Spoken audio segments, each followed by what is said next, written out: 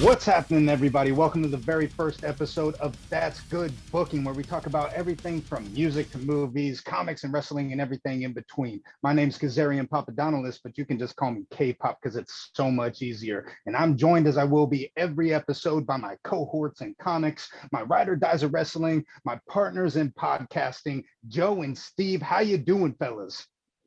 What's good?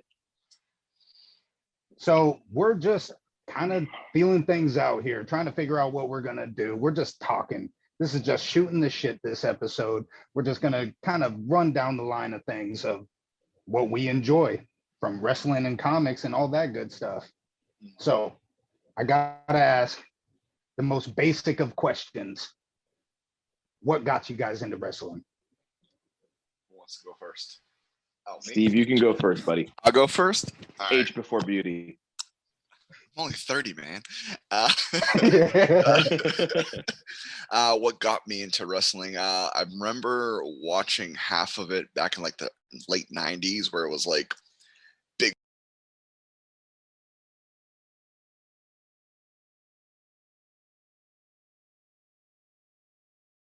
Came back to it like probably like 2013, 2014. Gave it a good solid year. I watch a lot of wrestling now. I think that most of us can say that. Yeah. Most wrestling fans end up having a big gap where they just don't Like an on watch and it. off relationship. Exactly. Love, hate, as always. It is one of the worst relationships you can ever have. Oh, of course. It's heartbreaking most of the time, but when it's good, it is so damn good. Joe, what about you? I guess I'm going to age myself here. I started in 1987. Specific. I was, yeah, well, it's good because I remember my first like indie style viewing, and I was hooked. And then my first actual WWE was seeing The Undertaker come out for the very first time ever. And when that mysterious, you had your mysteriouses back in the day, like but he was the one who broke the like mind-shattering thing. Like, you saw this man from Death Valley and you were just like, that man's gonna kill somebody someday and I'm here for it. And, right. The dead man is a good guy. Yeah, and then he comes out being the hero, the anti-hero. He was everything you wanted yourself to be. When you look across any type of genre, he was the hero, the bad guy, and everything else. And then my horizons expanded, and we'll skip to 1994, 95, 96, and you'll find out where I live real quick when I found the birth of ECW. New York City, right? Right. Yeah, New York City, yeah, Philadelphia. Yeah, no. And well, with Philadelphia, you get all your other things, your crazies, your Sandmans, your New Jacks. And that really piqued my interest because, well, who doesn't love violence? And with That's that fair. being said, after that, I fell off around Ruthless Aggression. I'm not a big John Cena fan. I hate him. I really do. I consider him a Hulk Hogan 2.0.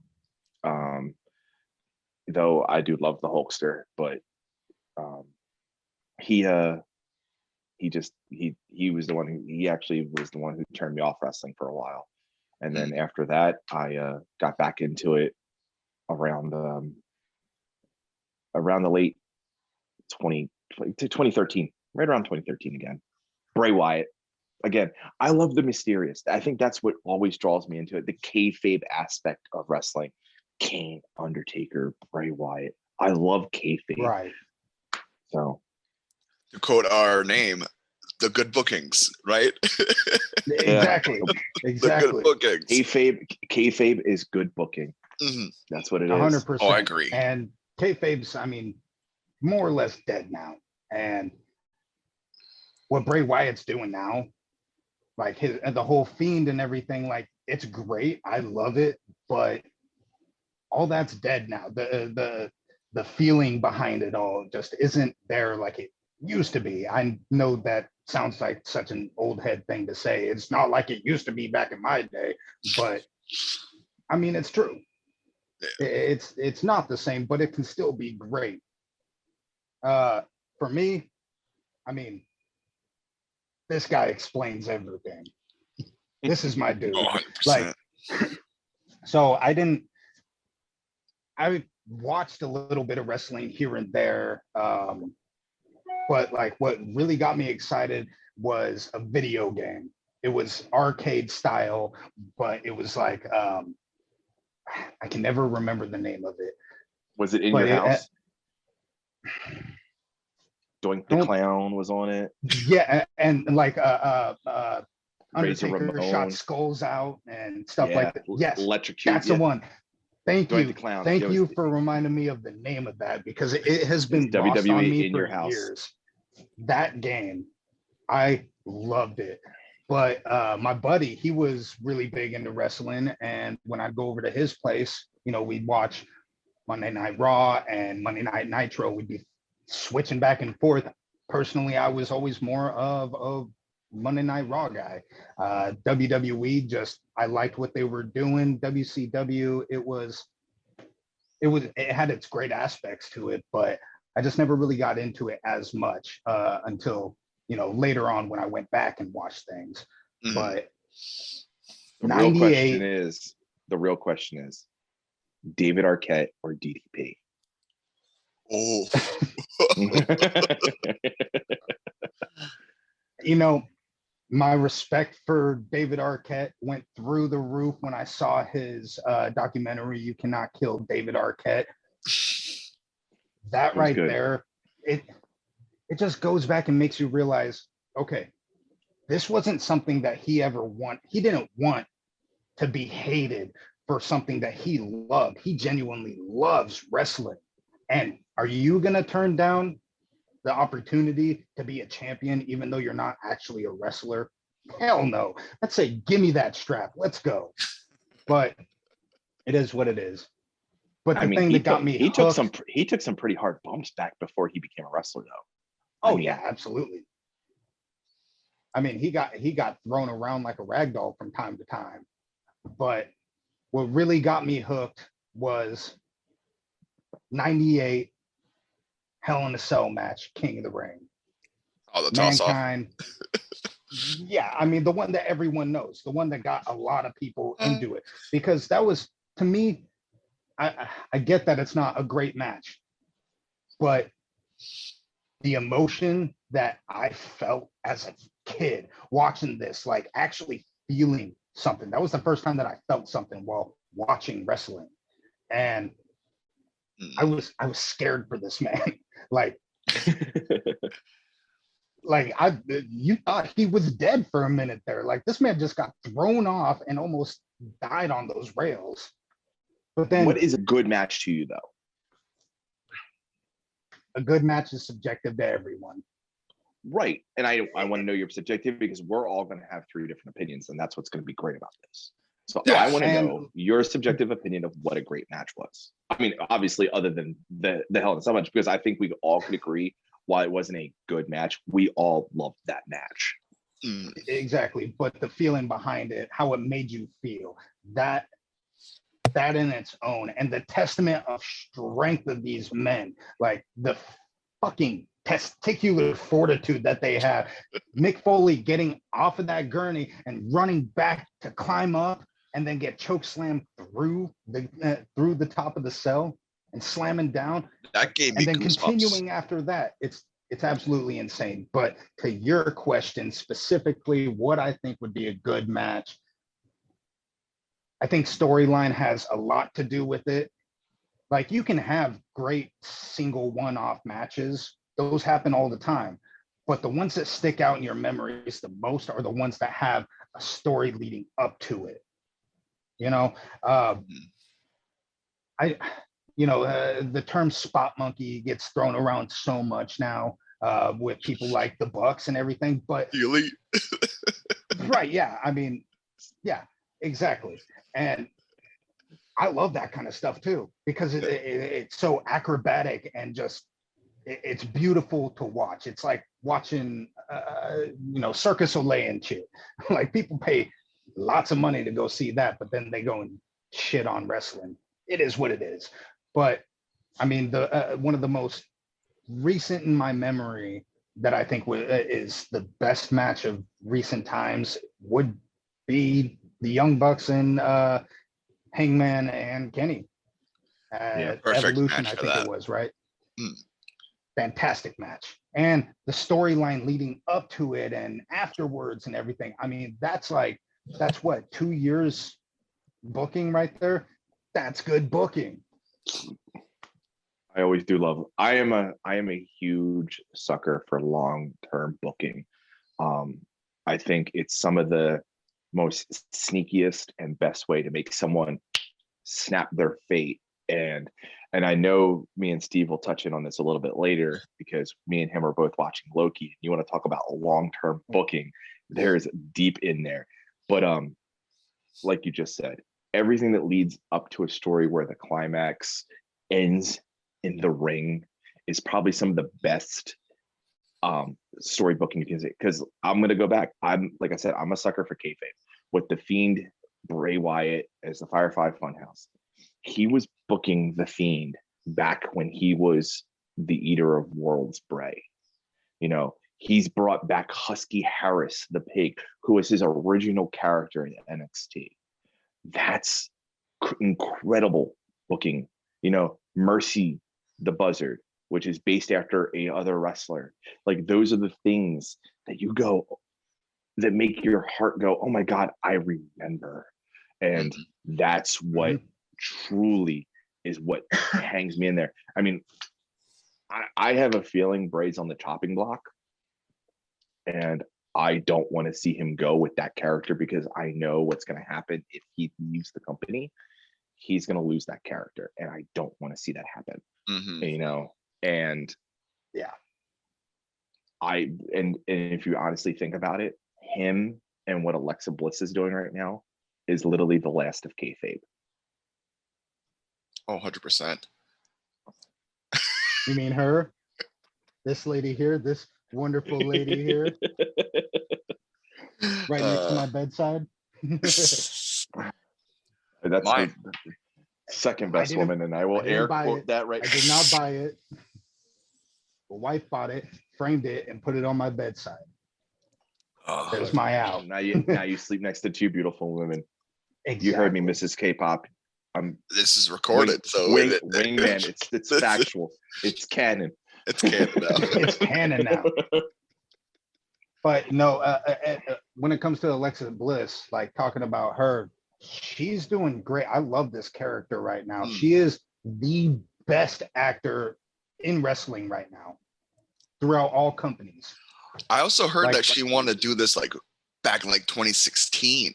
I was reading about it on one of the dirt sheets, was she wanted to do this since 2016, and it's why don't you just do it then? And took them what was it now, 2021, 5 years to do 5 years. Not good at math. But 5 years to get up to doing all this stuff now, and it's wasted opportunity. But I think it's good, because I mean, think of all the stuff that she did in those 5 years. 5 years ago, she is not the Alexa Bliss, the superstar that we know now. Her whole she was on top, WWE right? thing. She debuted. She was still on top though, right? Or was that just her coming out of the developmental in 2016? 2016, she was out of developmental. She was out of NXT, I believe, and she was starting her uprise and everything.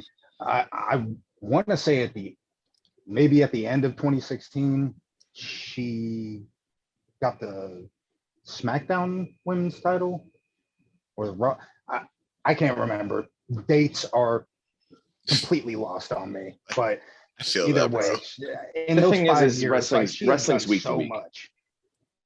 Yeah, 100%. Mm-hmm. I applaud somebody that can give me an exact date on something. The only thing I can remember is '98 King of the Ring, and that was a long time ago. I mean, think about how many matches you witnessed in your life. Oh yeah, and think about how many, even like it's like meeting a celebrity.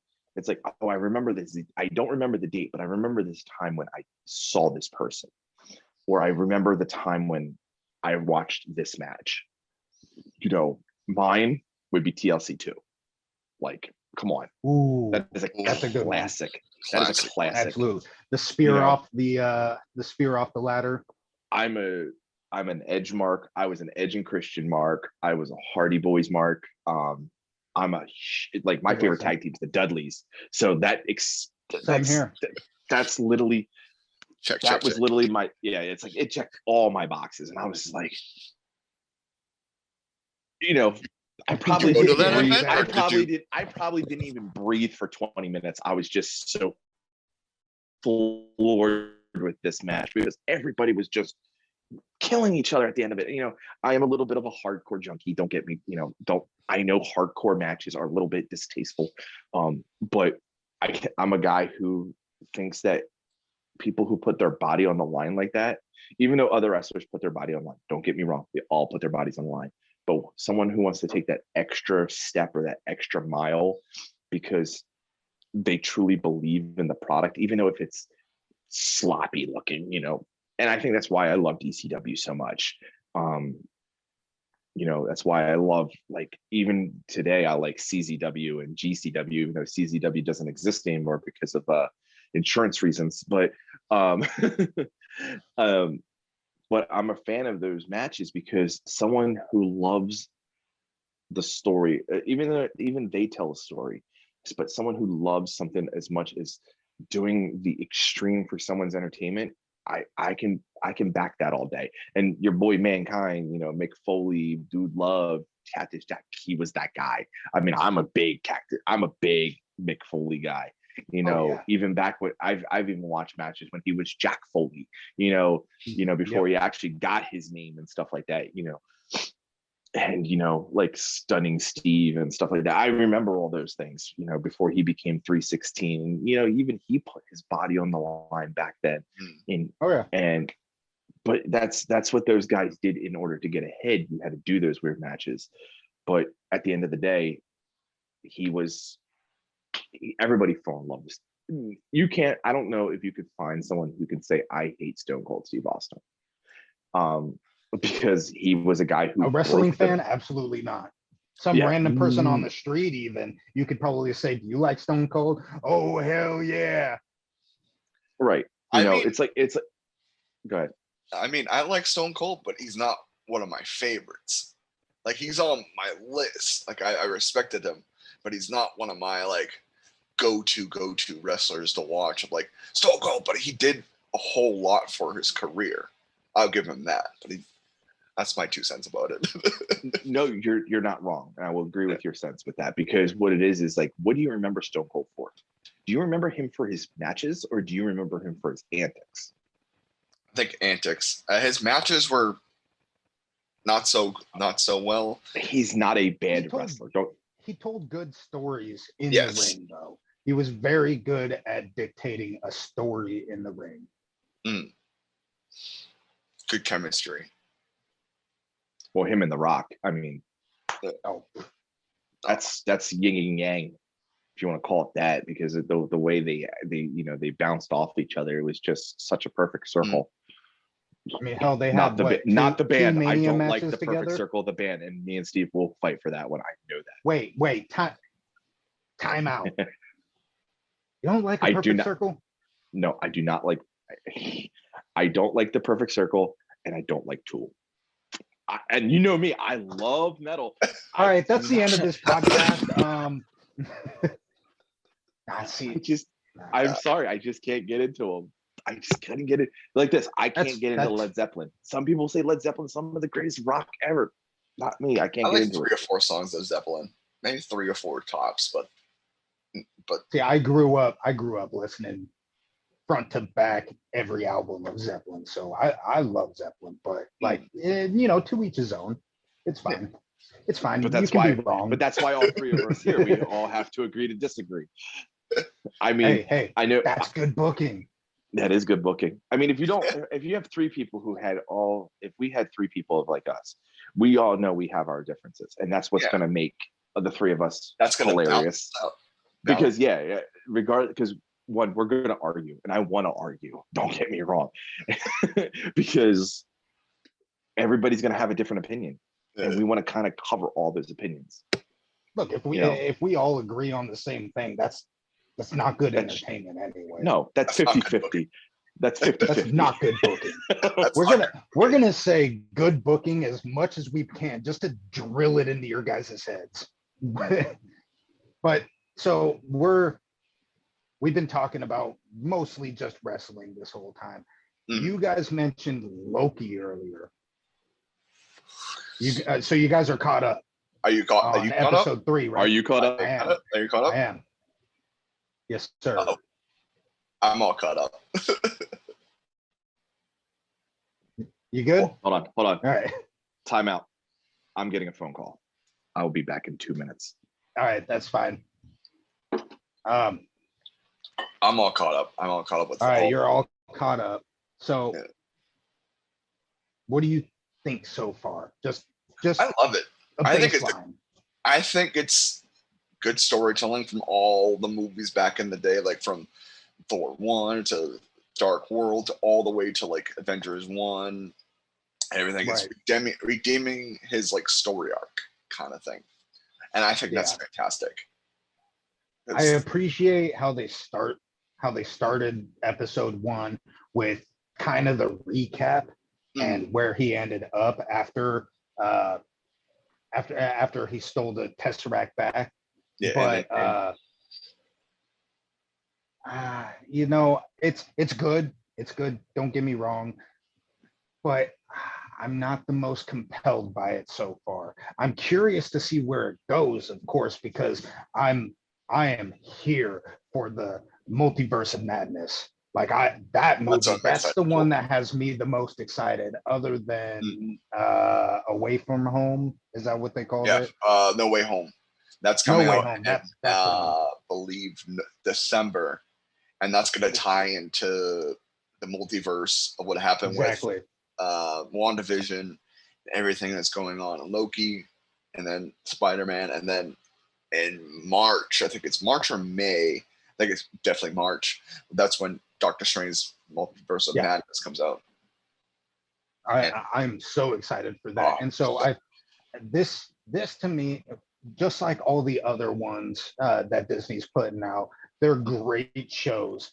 And the fact that they're just one-offs is really good, I think, because it gives a short amount of time to give you a lot of information to tie into the next stuff. Yes. And they've done such a good job at doing this without giving away anything. But when you see the movies that they're leading up to, you're gonna go, oh shit, that's what it was. We still on Loki right now? Yep, we just started. So how do you feel about Loki right now? Like I love it. How do you feel about the 3 episodes? I love them because me and Steve were talking yesterday. So episode 1, he's getting ready. He got captured. He goes, I'm a robot. Or am I a robot? I don't know if I'm a robot. And he's going to get ready to go through the machine. Jump to episode 3. So it was so good. Yeah, when female Loki, spoiler alert, Lady Loki, Sylvia, LL. Yeah, Sylvia. She goes and she's like, yeah, I had to tap into her mind back before she was a part of the TVA. And you're just like, are they all robots? And they don't know it? I kind of was like sensing it was like a WandaVision thing where like she did the whole mind thing and like no one remembers until they get snapped out of it. And I'm like, oh shit.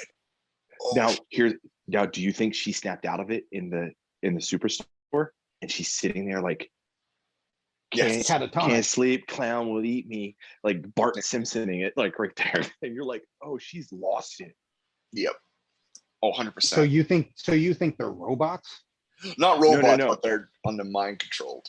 They're Oh, like I got you. they're like not sentient. Like they're being puppeted.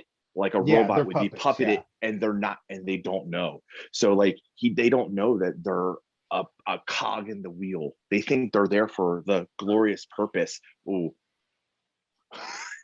Bing. They all have this purpose in the TVA, but you don't know it. And then knowing that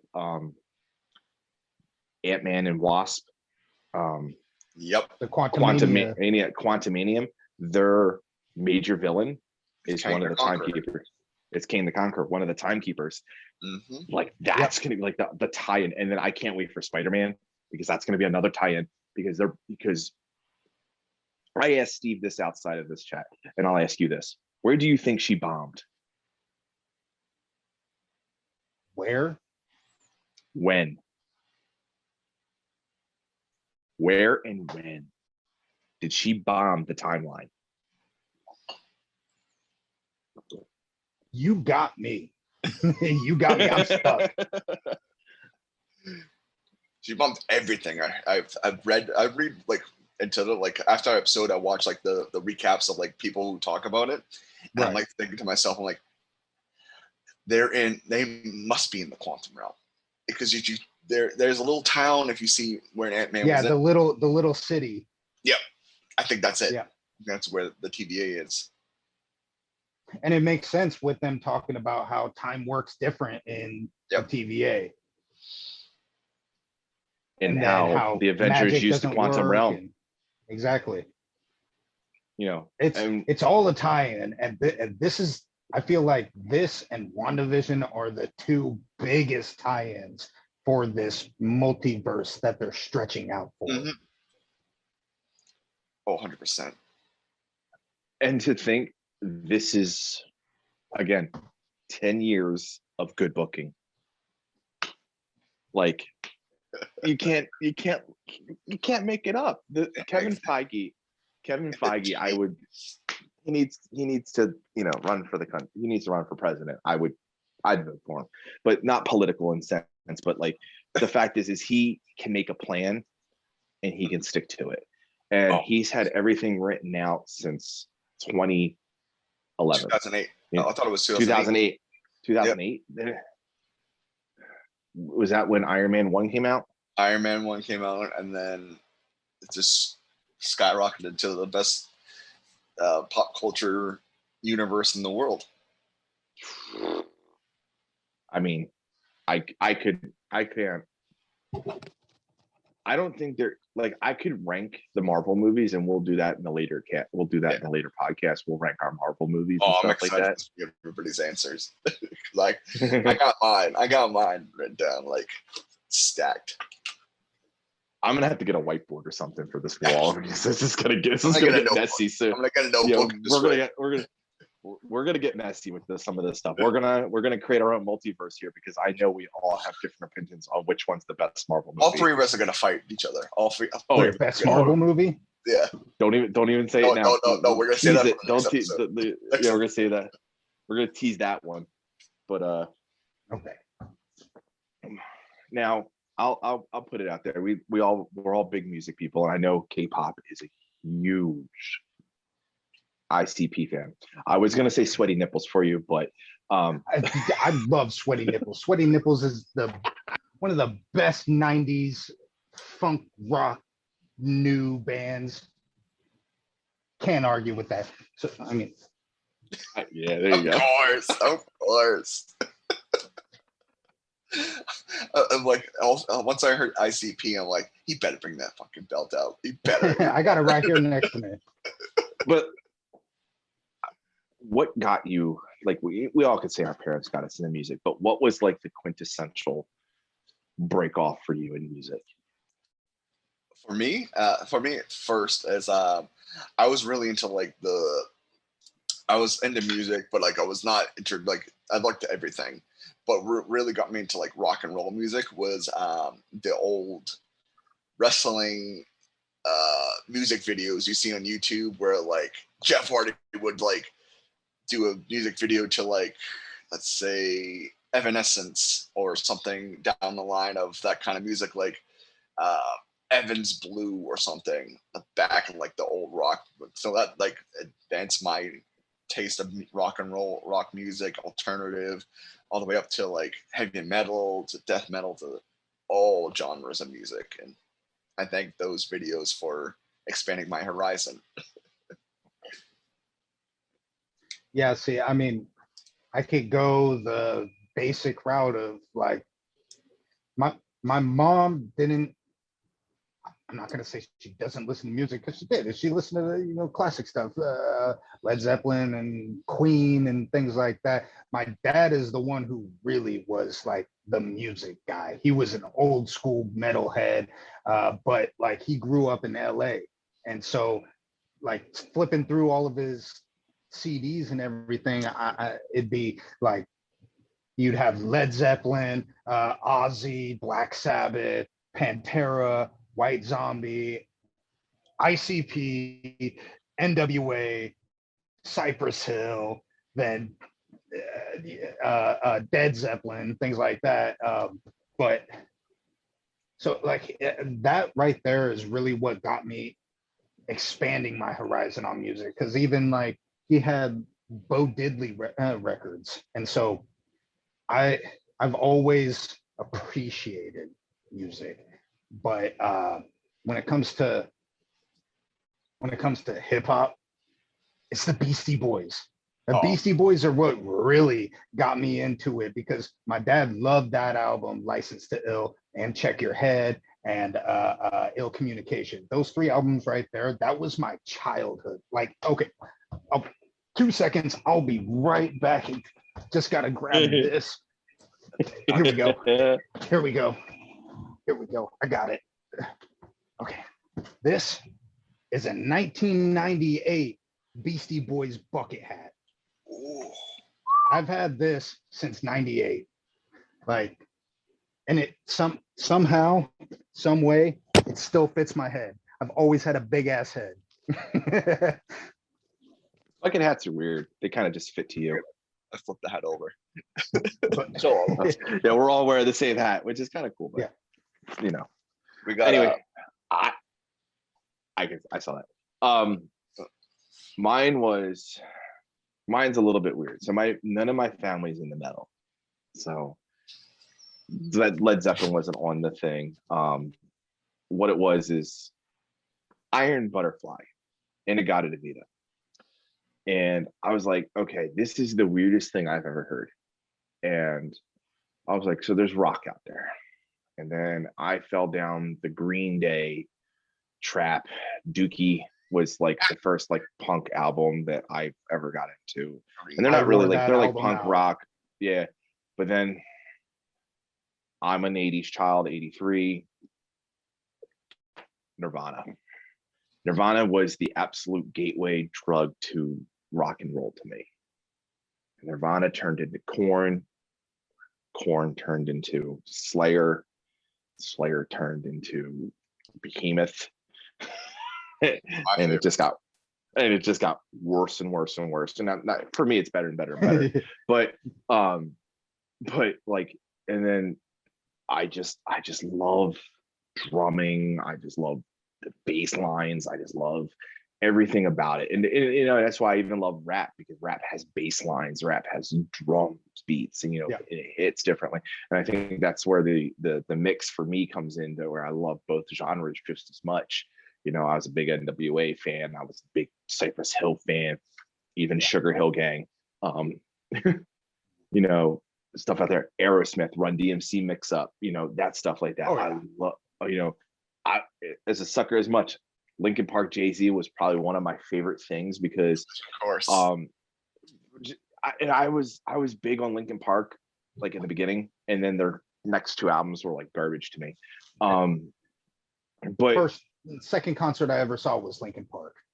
My first concert ever was the Beach Boys.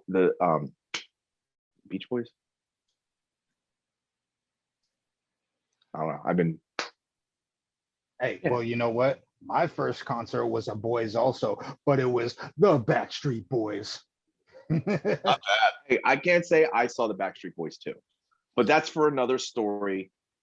Another time. We got, But I yeah, we got another time. We I gotta do get have to going. show this here. My Blood Gwar Guar. comic book signed by all the members. Not odorous, of course. Rest in peace. Oh, Unfortunately, but I just had to show that off. Now we're closing out. This has been great. It's a first episode, so we're just feeling things out. We're gonna keep doing this, and it's been a great time, guys. So I want the fans to tell us what we talk about next, and that's how we deal with it. that's a good idea. I like that. I want the fans to tell us what you think we should book about, and we'll put it in the books for us next week. Maybe that'll be good booking. Definitely. So you can find me on TikTok at K.Pop_NGTTWF. And always make sure to join the Discord at discord.io/NGTTWF, where you can come and talk to us. Come and give us ideas if you want. See what we talk about. Mhm. Steve? I am Joe. That is Steve. I am Steve. I actually go by the Demented, the TH3_D3N3NT3D. I've memorized that.